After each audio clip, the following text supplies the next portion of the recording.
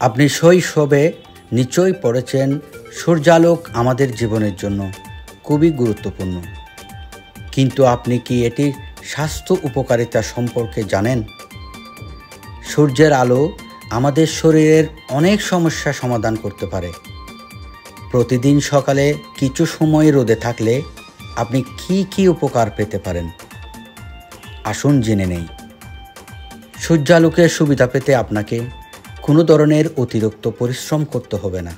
আপনি সকালে আপনার বাড়ির বারান্দায় হাঁটতে পারেন, কিছুক্ষণ রোদে শান্তভাবে বসতে পারেন, বা আপনার বারান্দায় বসে আপনার সকালের চা বা কফি পান করতে পারেন।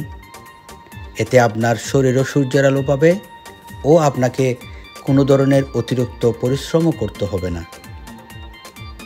আর আপনি জানেন, সূর্যের আলো থেকে আমাদের শরীর সবচেয়ে বেশি ভিটামিন ডি পায়। সূর্যের আলোতে কিছু সময় কাটালে প্রতিদিনের ভিটামিন ডি এর ডোজ সম্পন্ন হতে পারে। তাই আসুন প্রতিদিন সকালের সূর্যের আলোটাকে উপভোগ করি।